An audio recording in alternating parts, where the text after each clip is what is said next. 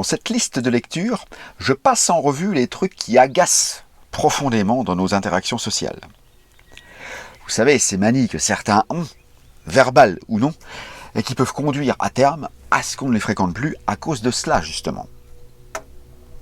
Rassurez-vous, comme d'habitude, je ne fais pas ici que pointer ces défauts du doigt, j'essaie aussi d'apporter des solutions, à la fois à ceux qui sont obligés de subir ces pénibles lacunes, mais aussi à ceux qui les ont, s'ils veulent bien évidemment se remettre en question et évoluer. Allons-y, commençons, mais si vous êtes content d'être ici, pensez à mon petit pouce.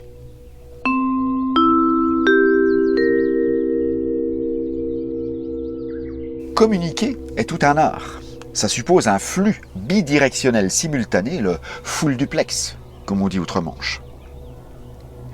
Pour communiquer du mieux possible, il faut toujours garder en tête que l'on est toujours deux, minimum, à moins d'être schizophrène, et qu'à ce titre, nous n'aurons jamais 100% du flux de communication pour nous. Tout comme dans les 3 phases de la création universelle, la réception chez le ou les autres est aussi importante que l'émission, c'est-à-dire ce qui émane de nous. En effet, aucune information ne pourra passer si l'on ne montre pas à l'autre, verbalement ou non, qu'il a non seulement la possibilité, mais aussi le droit d'interagir à tout moment, d'où l'importance de faire attention aux mots, bien sûr, mais aussi à la façon de les dire et de la place qu'on laisse à l'autre. Voici un des défauts de communication les plus populaires et qui gonfle profondément, se faire couper la parole.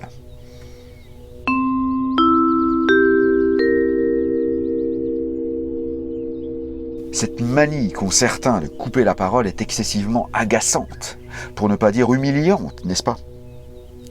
Et ce qu'il y a de pire est que, lorsqu'on n'a pas ce défaut nous-mêmes, nous arrêtons naturellement de parler lorsque ça arrive, on est bien élevé.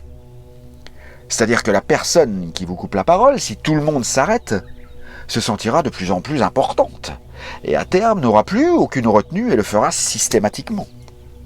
Et ce qui pourra engendrer un isolement de plus en plus grand, à la fois physique, les gens n'auront plus envie d'échanger avec, ni peut-être même de la voir, mais aussi idéologiquement, car si personne ne la remet en place, elle restera dans ses croyances, dans son jus, même si celles-ci lui sont extrêmement nocives. Rappelez-vous que l'on crée sa vie avec ses pensées et ses dires.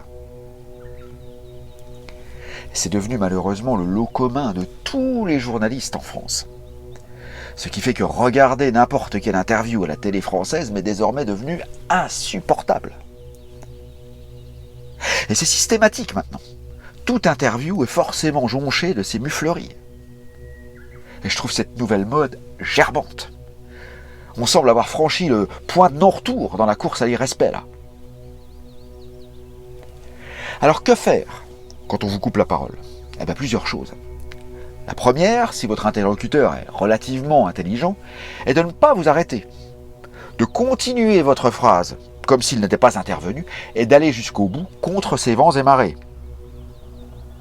Alors c'est épuisant, je vous l'accorde, mais ça permet, je le répète, si l'autre a un minimum d'empathie, qu'il s'en rende compte de lui-même et se corrige tout seul. C'est rare que ça fonctionne, car souvent les gens qui coupent la parole systématiquement, soit n'ont pas les qualités dont j'ai parlé avant, soit sont formés et payés pour ça. Les journalistes, par exemple. Afin de mettre l'autre sur le grill et lui faire cracher sous le coup de l'agacement ou de la colère, ce qui pourrait le compromettre. C'est extrêmement vicieux, vous êtes d'accord? À l'image de l'institution journalistique, cette fausse sceptique. De plus, étant donné que les deux parlent ensemble, aucune information ne peut passer chez l'autre. Elle se télescope. Et c'est comme si personne ne parlait du tout. Donc c'est inutile d'un point de vue communication. La seule vocation de cette réaction est d'essayer de faire prendre conscience à l'autre de son impolitesse. Essayez. La deuxième chose est de lui dire clairement, ça je le fais souvent, vous savez, si on parle ensemble, on n'y arrivera jamais. Souvent ça fonctionne. Temporairement. Car si des idées sont franchement en opposition, l'autre ne pourra pas s'empêcher de recommencer à la première occasion, évidemment. Il faudra alors lui redire la phrase en question 2, 3, 5, 10 fois. C'est aussi épuisant, mais ça fonctionne plutôt pas mal. Et ce que vous avez à dire pourra être plus facilement entendu qu'avec la première méthode. Et une fois que vous avez l'impression que votre message ou requête est passé dans le psychisme de l'autre, demandez-lui en confirmation et qu'il ou elle vous répète ce que vous pensez lui avoir fait passer. Ça, c'est très efficace lorsque vous demandez quelque chose à une personne qui a le pouvoir de vous l'accorder. Une huile, par exemple. La troisième est effectivement de vous arrêter, de le regarder droit dans les yeux et d'attendre qu'il ait fini et de ne plus rien dire tout en le fixant. Il va forcément réagir. Et là, vous pourrez lui dire clairement qu'il n'arrête pas de vous couper la parole. Ça marche bien, sur le moment. Et je me demande d'ailleurs pourquoi les gens qu'on interviewe et qui se font systématiquement couper la parole n'utilisent pas cette méthode plus souvent, parce que ça déstabiliserait ces nouveaux journalistes là qui ont horreur d'une seule chose, c'est des blancs dans la conversation. Donc là, vous les créeriez vous-même. Pourquoi pas? La quatrième chose est de partir ou de raccrocher si les trois premières méthodes ne fonctionnent pas bien, ou pas du tout. De dire clairement que la communication est impossible ou est devenue impossible et qu'on en reste là et quitter le plateau si c'est à la télé. Car dans tous les cas, aucune situation ni aucune personne ne vaut la peine que notre énergie vitale baisse.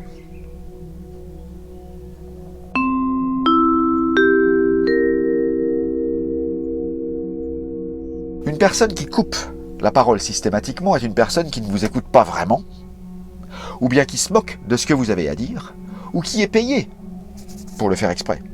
Les journalistes, par exemple. Mais dans tous les cas, il y a un problème bien plus profond chez elle, qui remonte bien souvent à l'enfance, avec des lacunes de communication familiale ou autre, et de la frustration. Mais ça n'est pas le sujet ici. Et puis surtout, ça dépasse mes compétences. Donc comme pour n'importe quel souci, il faudra que la personne ait envie de changer. Sinon, à moins d'employer la menace de partir vous-même, elle ne pourra pas évoluer. Donc si cette personne n'est qu'une relation sociale, à vous de voir si elle vaut la peine de continuer de discuter avec ou pas, et de la fréquenter régulièrement ou pas.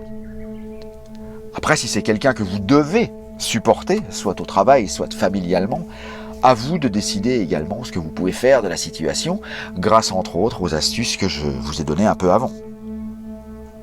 Et si c'est professionnel, que c'est votre chef par exemple, et que malgré les mêmes astuces que je vous ai données avant, vous ne pouvez pas communiquer avec, eh bien changez de travail, et je ne plaisante pas. Alors je sais, c'est peut-être l'ultra solution, mais parfois c'est la seule viable pour garder son énergie et son estime de soi. Pensez à vous abonner les amis, et cliquez ensuite sur la petite cloche, puis sur toutes les notifications. Partagez avec toutes les personnes qui auraient besoin d'en apprendre un peu plus sur leurs sales manies si elles sont concernées, et puis commentez avec votre expérience personnelle sur le sujet, j'ai pas mal hâte de vous lire. Et afin de se remettre en question et d'aller vers la paix, ma boutique en ligne regorge de méditations guidées, de livres et d'autres réjouissances qui vous seront d'un grand secours ou plaisir. Je vous souhaite la parole libre.